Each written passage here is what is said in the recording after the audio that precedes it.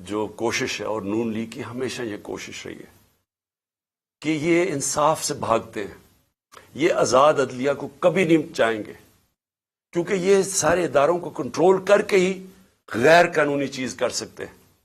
جب تک ججز ان کے کنٹرول میں نہ ہوں، اور یہ جب ایک جج کو ٹیلی فون کر کے کہہ رہے ہیں کہ بے نظیر کو 3 سال نہیں 5 سال سزا ملنی چاہیے، یہ اس طرح کے ججز چاہتے ہیں۔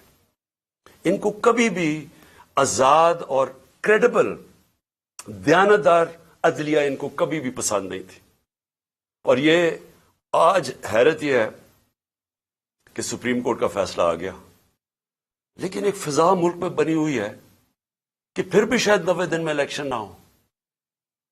یہ اس سے کیا چیز ہمیں سمجھ آتی ہے کہ اتنا نقصان پہنچایا ہے اس مافیا نے، یہ شریف مافیا اور زرداری مافیا نے اتنا نقصان پہنچایا پاکستان کے اداروں کو کہ لوگوں کو اعتماد ہی اٹھ گیا ہے۔ اب سپریم کورٹ جب فیصلہ کر دے تو اس پہ گنجائش کیا رہ گئی؟ لیکن آپ تجزیہ نگار دیکھیں، سارے کہہ رہے جو ہوں گے بھی 90 دن میں الیکشن یا نہیں ہوں گے۔ یہ سوال ہی کرنے کا مطلب یہ کہ اتنا نقصان پہنچایا پاکستان کی جمہوریت کو، پاکستان کے اداروں کو، کہ لوگوں کو اب اس چیز پہ اعتماد ہی نہیں ہے کہ یہ ہوگا یا نہیں ہوگا۔ میں آج اپنی پارٹی کی طرف سے، پاکستان کی عوام کی طرف سے پھر سے اپنے سپریم کورٹ کو یہ پورا یقین دلاتا ہوں کہ ہم سب آپ کے ساتھ کھڑے ہیں۔ ہم انشور کریں گے، ہم پورا زور لگائیں گے کہ کوئی چیز اب غیر آئینی نہ ہو۔ کسی طرح یہ مافیا اپنے آپ کو بچانے کے لیے، پھر نہ الیکشن سے نکلنے کے لیے کوئی ایسے حربے نہ استعمال کرے جو انہوں نے 99 میں کیے تھے۔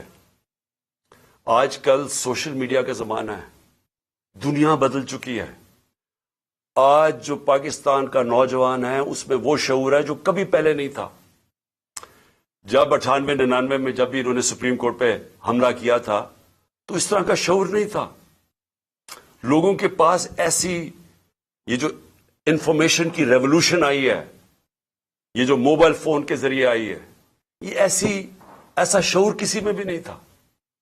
تو وہ تھوڑی دیر کے بعد ایک دم چپ کر کے ایشو سیٹل ہو گیا، مائٹ از رائٹ ہو گئی، جو جس کی لاٹھی اس کی بھینس بن گئی۔ جنگل کا قانون آ گیا کہ جب آپ نے چیف جسٹس کو بھگا دیا تو سارے چپ کر کے بیٹھ گئے۔ آج پاکستان بدل چکا ہے، اس ملک میں ساری قوم سارے ایشو سمجھ چکی ہے۔ یہ جو آج آپ قوم دیکھ رہے ہیں جو 30 بائی الیکشن جتوائے ہیں، اور جو ہر اوپینین پول کہتا ہے کہ قوم کیوں تحریک انصاف کے ساتھ کھڑی ہے، موبائل فونز کی وجہ سے۔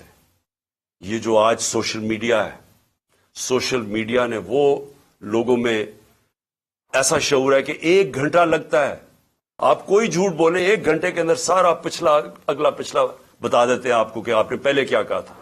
اور اسی وجہ سے یہ پارٹیز نیچے گئی ہیں، جو مافیاز ہیں اس لیے ایکسپوز ہوئے ہیں لوگوں کے سامنے، کیونکہ ان کی ساری پرانی سٹیٹمنٹس تیار ہے، لوگوں کے پاس ہے موبائل فون پہ، نہیں ہے تو سوشل میڈیا نکال لیتا ہے۔ اور جتنی تیز چیزیں وائرل ہوتی ہیں، اخبار تو کل نکلے گا، آج ہی ساری شام کو سب کو پتا چل جاتا ہے ایشوز کا۔ تو میں آج کے فیصلے کے بعد جو ہم نے جیل بھرو تحریک تھی اس کو ہم نے اب ختم کیا، اور انشاءاللہ سیٹرڈے کو ہفتے کو مغرب کے بعد ہم پورا لانچ کر رہے ہیں اپنی الیکشن کیمپین۔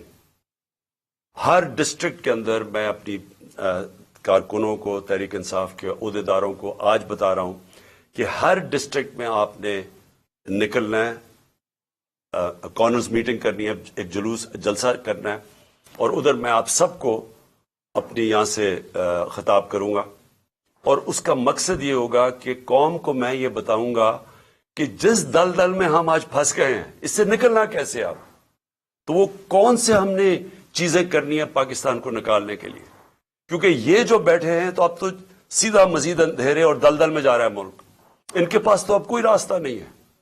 انہوں نے جو معیشت کو جدھر پہنچا دیا ہے، اب تو ان کے پاس کوئی اس کا راستہ ہی نہیں ہے۔ ان کا تو صرف ایک ہی راستہ ہے کہ کہیں سے قرضے لے لو، لیکن کیسے قرضے واپس کرنے ہیں ان کے پاس تو کوئی روڈ میپ نہیں ہے۔ اور نہ باہر کی کوئی بھی سرمایہ کار یا فورن انویسٹرز، نہ ان کا کوئی اعتماد رہ گیا ان پہ، نہ اندر سے کسی کا رہ گیا.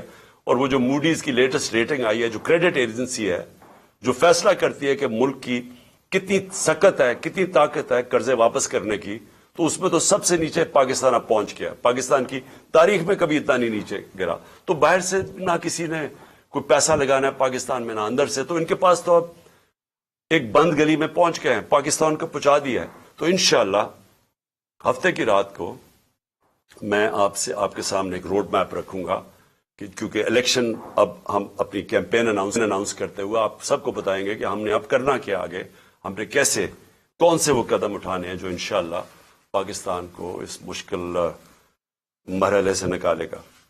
میں جو دوسری بات کرنا چاہتا ہوں آج وہ یہ کہ پچھلے 10 مہینے میں جس طرح کے پاکستان میں ہمارے لوگوں کی بنیادی حقوق جس طرح ان کو پامال کیا گیا، رد کیا گیا، جو ہمارے خلاف پرسیکیوشن کی گئی، انتقامی کارروائی کبھی پاکستان کی تاریخ میں ایسے نہیں ہوئی. یعنی جو انہوں نے ہمیں کرش کرنے کی کوشش کی، اور جیسے جیسے تحریک انصاف کی مقبولیت بڑھتی گئی اتنے ہی انہوں نے وہ زیادہ وہ قدم اٹھائے ہمارے خلاف ہر قسم کی، یعنی کیسز بنانا، تشدد کرنا، جو کبھی پاکستان میں کسی اپوزیشن کے اوپر اس طرح نہیں، کسی جمہوریت میں نہیں ہوا.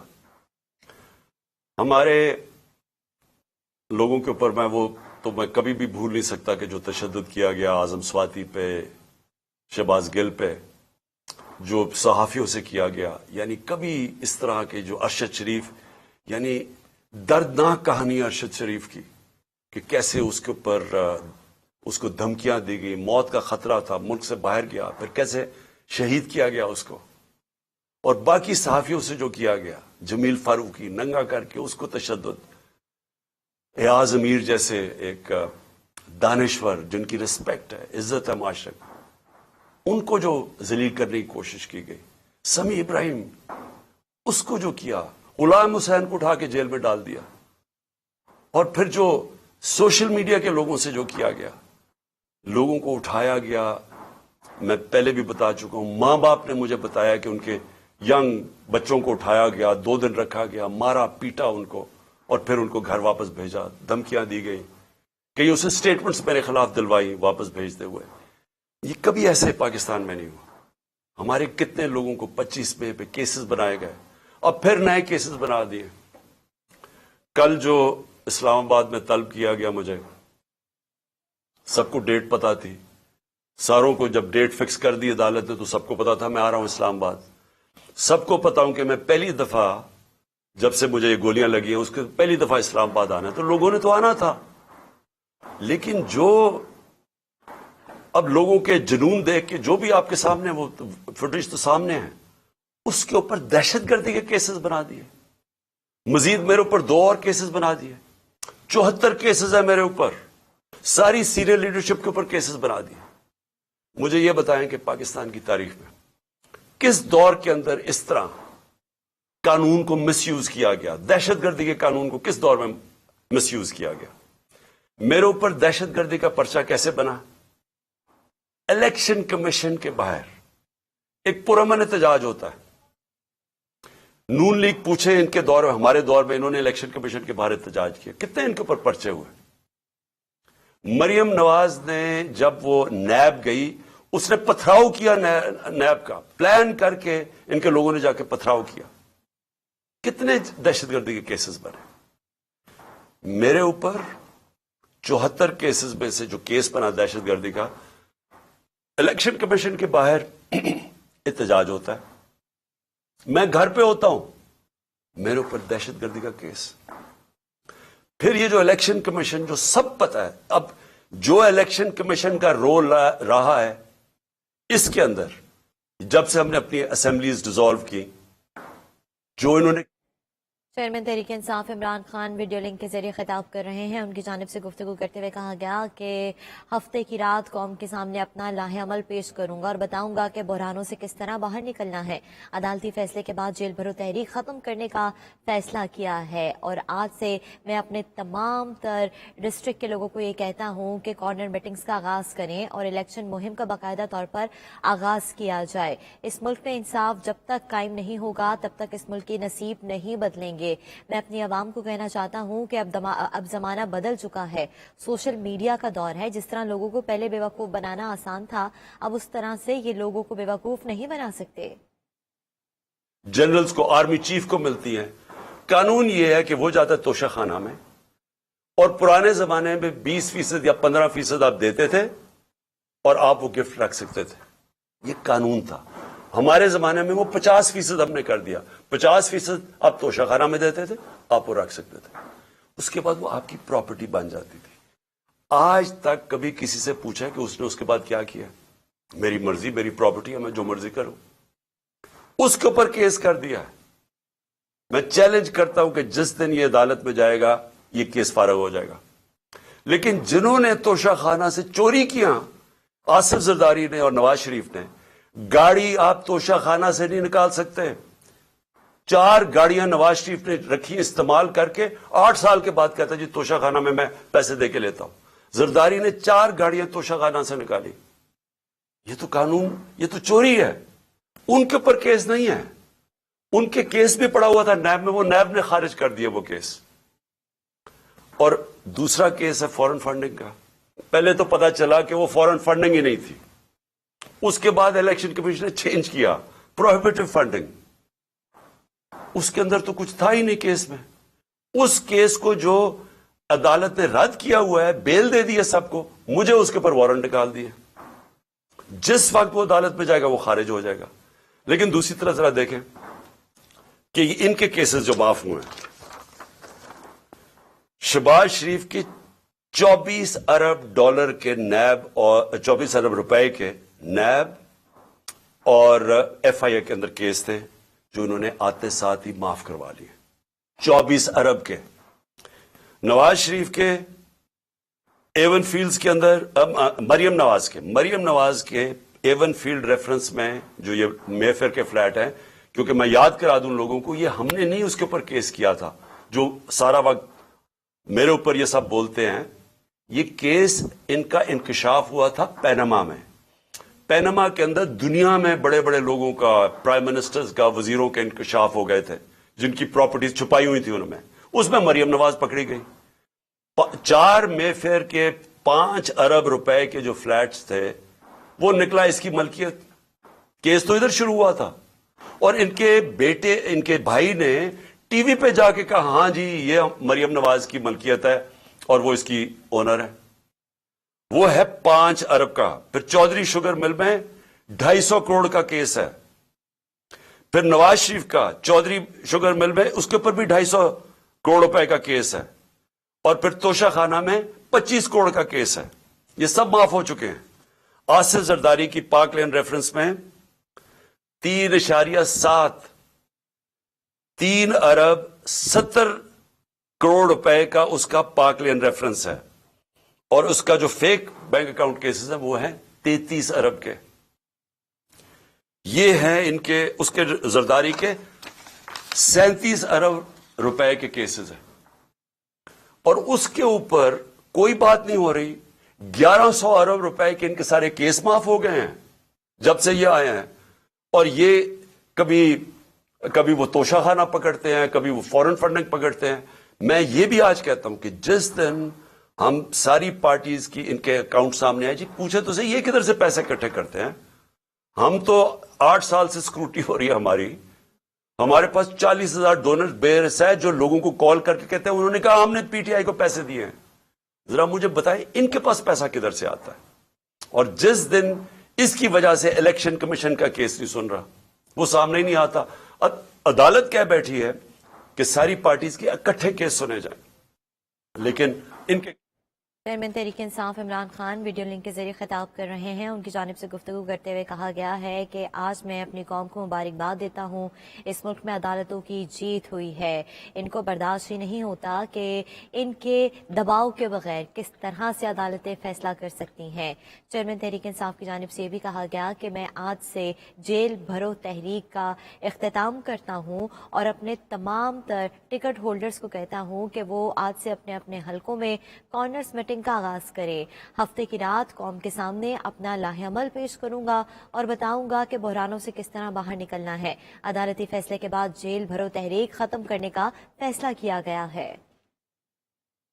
یہاں تو ایسا خوف آ گیا ہے، کوئی سچ نہ بول دے، کسی طرح لوگوں کو کنٹرول کرو، میڈیا کی کس طرح آواز کنٹرول کرو. یعنی اس طرح کے کیا اس سے ہوگا کیا؟ مجھے تو ابھی یہ نہیں سمجھ آ رہی. کیا یہ بچ جائیں گے؟ کیا یہ لوگ ان چوروں کو ووٹ دے دیں گے اس کی وجہ سے کہ اگر آپ لوگوں کے منہ بند کر دیں؟ کیا ہمیں جو ڈرایا دھمکایا جا رہا ہے اور یہ جو ہر روز نئی ایف آئی آر، کیا اس سے ہم پیچھے ہٹ جائیں گے؟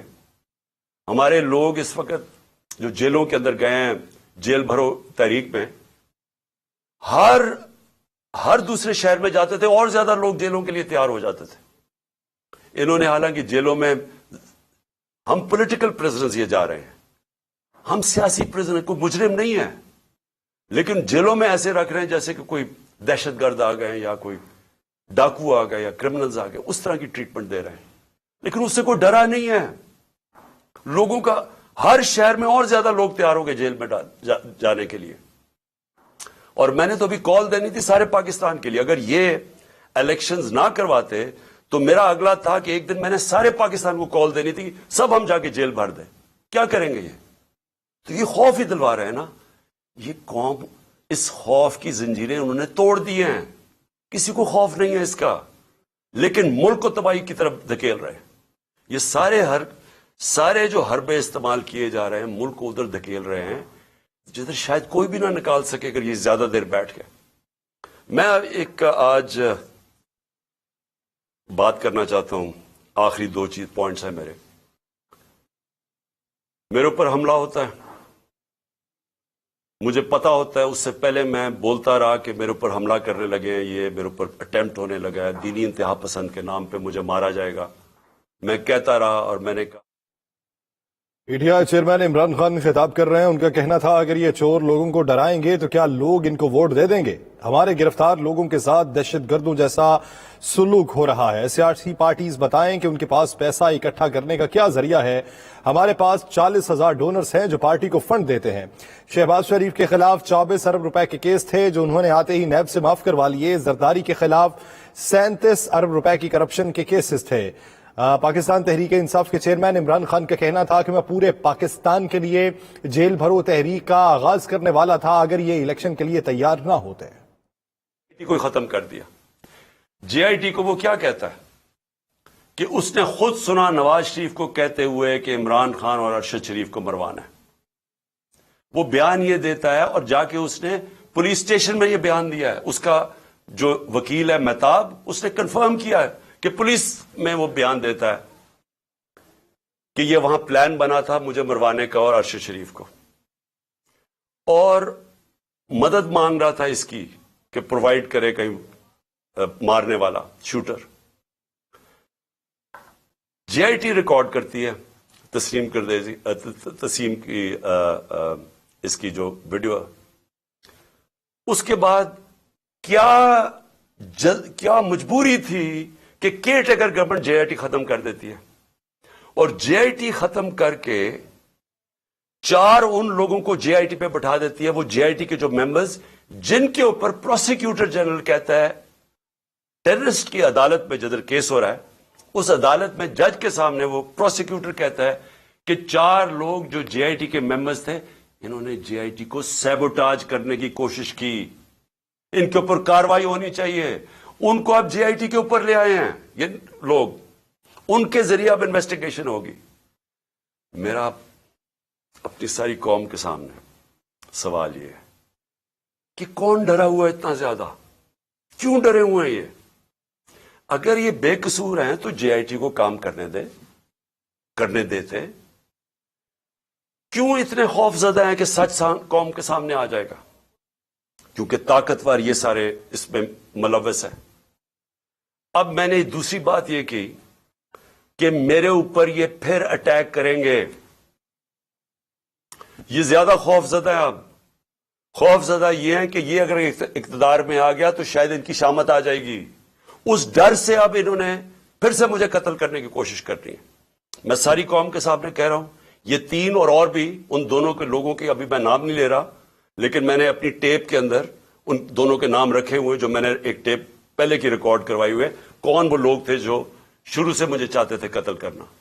ان تین کے علاوہ دو اور کے نام ہیں اس میں، وہ سب سامنے آ جائے گا۔ لیکن میں قوم کے سامنے اب سوال یہ پوچھتا ہوں کہ جب میں کہہ رہا ہوں مجھے خطرہ تھا، پہلے میں کہہ رہا تھا مجھے خطرہ ہے، وہ اٹیمپٹ ہوا، اللہ نے بچایا، اب میں پھر کہہ رہا ہوں میرے پہ خطرہ ہے۔ میں اب یہ سوال پوچھتا ہوں کہ مجھے یہ عدالتوں میں جو دھکیلتے ہیں، کیا ان کو پتہ نہیں کہ میری جان خطرے میں ہے؟ میں نے جب لاہور ہائی کورٹ سے میرے جو وکیل تھے خواجہ طارق رحیم، انہوں نے وہ جج کو بتایا کہ دیکھیں اس کی جان خطرے میں ہے، آپ کو جب تک سیکیورٹی نہیں پرووائڈ کریں گے اس کو یہاں عدالت میں نہ لے کے آئیں۔ جج صاحب نے کہا، پولیس کو آرڈر کیا کہ اس کو سیکیورٹی پرووائڈ کی جائے، لیکن عدالت میں آنا پڑے گا۔ جب میں ہائی کورٹ پہنچا تو وہاں پولیس سیکیورٹی کیا پرووائڈ کرتی، پولیس ہی بھاگ گئی۔ میں گاڑی میں بیٹھا رہا بڑی دیر کیونکہ وہاں کوئی سیکیورٹی نہیں تھی۔ آخر میں کیونکہ میں اپنی عدلیہ کی عزت کرتا ہوں اور کروانا چاہتا ہوں قوم کو، اس کی وجہ سے میں پھر چل کے گیا وہاں۔ اس کے بعد اب پھر 3 مجھے پیشیاں بھرنی پڑی اسلام آباد میں، اور پیشیاں یہ ہیں کہ جناب دہشت گردی کا میرے پر کیس جو ہے کہ میں وہاں تھا بھی نہیں، وہ ادھر الیکشن کمیشن کے بعد جدھر مظاہرہ ہوتا ہے میرے پر کیس ہے۔ اس طرح کے کیسز ہیں، یہ کیسز نہیں ہے کہ اربوں روپے کی ملک کا پیسہ چوری کر کے ملک سے باہر لے گیا جو ان چوروں نے کیا ہوا ہے۔ اس کے اوپر 3 مختلف جگہ پہ مجھے پیشی کرنی پڑی، کوئی پولیس سیکیورٹی نہیں تھی، کوئی بھی کسی ٹائم پہ واردات کر سکتا تھا، اور مجھے بچانا کس نے تھا؟ میں اپنی عدلیہ سے آج کہنا چاہتا ہوں۔ Chairman P T I Imran Khan کہتے ہیں میرے اوپر یہ پھر اٹیک کرائیں گے کیونکہ یہ لوگ ڈرے ہوئے ہیں، کیا ان کو نہیں پتا کہ میری جان کو خطرہ ہے؟ میرے اوپر حملے میں جو لوگ ملوث تھے میں ان کے نام نہیں لینا چاہتا۔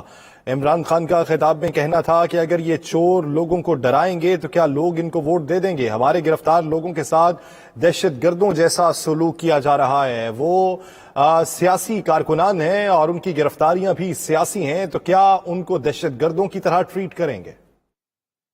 ٹانگ پہ اوروں کو لگی تھی، اس کی ٹرائل اس کو عدالت نہیں جانا پڑا کیونکہ وہ کہتے ہیں اس کی جان کو خطرہ ہے، اس کی جیل میں ہو رہی ہے ٹرائل، اس کی ویڈیو کانفرنس پہ ہو رہی ہے، تو میری کیوں نہیں ہو سکتی؟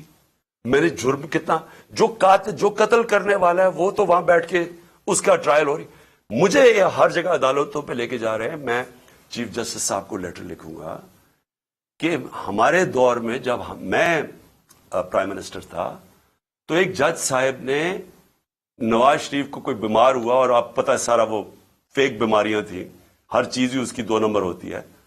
جب وہ بیمار ہوا تو ہمیں فیڈرل گورنمنٹ کو حکم آیا کہ آپ ذمہ دار ہوں گے، اگر اس کو کچھ ہوا تو مجھے کچھ ہوا تو کون ذمہ دار ہوگا؟ کیونکہ جنہوں نے ذمہ دار ہونا وہ تو خود ہی مارنے کے چکر میں ہے مجھے۔ تو اس لیے میں اپنے چیف جسٹس صاحب لاہور ہائی کورٹ اردو بھی لکھوں گا کہ مجھے ہر دوسرے دن یہ ثناء اللہ جیسے بدماش جنہوں نے زندگی میں کوئی صحیح کام کیا نہیں ہے، وہ ہر دوسرے دن کوئی نہ کوئی کیسز کرتے جاتے ہیں، تو میں چکر لگاتا جاؤں گا، اور کون پروٹیکشن دے گا؟ میں آخر میں آخری بات کرتا ہوں کہ سوال یہ ہے اب کہ یہ کیوں بھاگ رہے ہیں الیکشن سے؟ یہ جو پی ڈی ایم کی پارٹیز ہیں، الیکشن کا نام سن کے ان کی کامپیں کیوں ٹانگنی شروع ہو جاتی ہیں؟ وجہ یہ ہے کہ پبلک ان کے خلاف ہو چکی ہے۔ وجہ یہ ہے کہ پہلے تو 30 سال سے ان کی چوریوں کا ساری قوم کو پتا تھا، اس کی وجہ سے تو مجھے ووٹ پڑی تھی۔ اس کے بعد جو انہوں نے ملک کے ساتھ کیا ہے، یہ اس ملک کی تاریخ میں عوام کے اوپر اتنا ظلم نہیں ہوا جو انہوں نے کیا ہے۔ جب سے یہ آئے ہیں، اب یہ میں اپنا نہیں کہہ رہا، میں ڈاکٹر حفیظ پاشا کا کہہ رہا ہوں، وہ ایسٹیمیٹ کرتے ہیں کہ 1.5 کروڑ لوگ مزید غربت کی لکیر سے نیچے چلے گئے ہیں. وہ ایسٹیمیٹ کرتے ہیں کہ 80 لاکھ لوگ بے روزگار ہو چکے ہیں جب سے یہ آئے ہیں. وہ یہ کہہ رہے ہیں کہ پاکستان کی تاریخ کی سب سے زیادہ مہنگائی ہوئی ہے. ہم جب تھے تو 16% پاکستان کی مہنگائی تھی، آج 41% پہ پہنچ گئی ہے، اور ابھی مزید اور مہنگائی آنی ہے، کیونکہ جیسے جیسے روپیہ گر رہا ہے، پھر آج روپیہ گرا ہے تو ہر چیز تو مہنگا ہونا ہے. تو ایک طرف مہنگائی، ایک طرف بے روزگاری بڑھ رہی ہے، ایک طرف معیشت سکڑتی جا رہی ہے، ایک طرف ہم قرضے واپس کرنے کی ہماری وہ قوت ہی گرتی جا رہی ہے. کیونکہ جب معیشت سکڑتی ہے، جب گروتھ ریٹ نیچے آتی ہے، جب آپ کی انڈسٹری بند ہونی شروع ہو جاتی ہے، جب کسان کی پیداوار کم شروع ہو جاتی ہے، تو کدھر سے پیسہ آنا ہے کہ ہم اپنے قرضے واپس کریں؟ تو قرضے چڑھتے جا رہے ہیں اور ان کے پاس کوئی راستہ ہی نہیں ہے. تو قوم تو ان کے خلاف اس لیے ہو گئی ہے. اس وقت ہم نے جب اندازہ لگایا کہ ابھی اس سے پہلے ابھی تو ایک اور مہنگائی کی لہر آ رہی ہے، شہباز شریف نے کہا کہ ابھی قوم اور مہنگائی کے لیے ہو جائے. تو اگر پچھلی اپریل کے اندر 30,000 روپے جس کی تنخواہ تھی، اس کے پاس صرف 20,000 کی خریدار کی قوت رہ گئی ہے. وہ صرف 20,000 کی چیزیں خرید سکتا ہے جس کے پاس 30,000 کی تنخواہ تھی. اور پہلی مہنگائی تھی، یعنی ایک عالمی مہنگائی کا سائیکل چلا ہوا تھا کرونا کی وجہ سے. تو وہ تو ہم پوری کوشش کر رہے تھے کہ قیمتیں نہ بڑھیں. ہمارے اوپر ایک الزام لگایا کہ جی انہوں نے پٹرول اور ڈیزل کی قیمت کم کر دی. ہم نے کم کی، کہیں اور سے پیسے لگا کے کم کی تاکہ عوام پہ بوجھ نہ پڑے. اور انہوں نے آج جو مہنگائی کی ہے، آج جو پھر سے میں کہتا ہوں جس کے پاس 30,000 روپیہ تھا وہ صرف اب 20,000 کی چیزیں خرید سکتا ہے. گھر میں جو ہماری خواتین بیٹھی ہوئی ہیں ان سے ذرا پوچھیں کہ گھروں میں کیا حالات ہیں. اس لیے میں آج یہ کہنا چاہتا ہوں کہ پاکستان آج ادھر کھڑا ہوا ہے جدھر یہ جو مرضی کر لیں، لوگ فیصلہ کر بیٹھے ہیں ان کے خلاف. یہ جتنا مرضی کوشش کریں کہ کسی طرح عوام بھول جائے گی، تھوڑی اگر الیکشن ڈیلے کر دیں گے تو عوام بھول جائے گی. عوام نے بھولنا نہیں ہے. جتنی دیر ہو رہی ہے اتنے اور زیادہ آپ کے خلاف لوگ ہیں. راجن پور میں جو الیکشن ہوا، راجن پور کے الیکشن کے اندر ایک قوم کو پتا چلا کہ جو مرضی انہوں نے چیزیں کی، ہر قسم کا حربہ استعمال کیا. انہوں نے جو بھی یہ کر سکتے تھے، انہوں نے ایڈمنسٹریشن کو استعمال کیا، اسٹیٹ مشینری کو استعمال کیا. انہوں نے ہر چیز استعمال کی کسی نہ کسی طرح وہ الیکشن جیتنے کے لیے. الیکشن کمیشن نے ان کی مدد کی. اس کو 50,000 ان کے نون کو ووٹ پڑ کیسے گئی؟ لوگ تو تھے ہی نہیں، لوگ تو سارے نکلے تحریک انصاف کے لیے. اور وہ دیہاتی حلقہ تھا، اس سے خوف زدہ ہو کہ اب یہ مزید پھر کوشش کریں گے الیکشن سے بھاگنے کا. لیکن میں پاکستانی قوم کی طرف سے میسج دینا چاہتا ہوں کہ ہم آپ کو الیکشن سے بھاگنے نہیں دیں گے. یہ اب الیکشن ہوں گے اور انشاءاللہ اس ملک کے اندر حقیقی جمہوریت بھی آئے گی اور اس ملک کے اندر قانون کی بالادستی بھی قائم ہوگی. اور انشاءاللہ قوم مل کے یہ مشکل وقت سے لڑے گی اور انشاءاللہ پھر خوشحالی بھی آئے گی. پاکستان زندہ باد.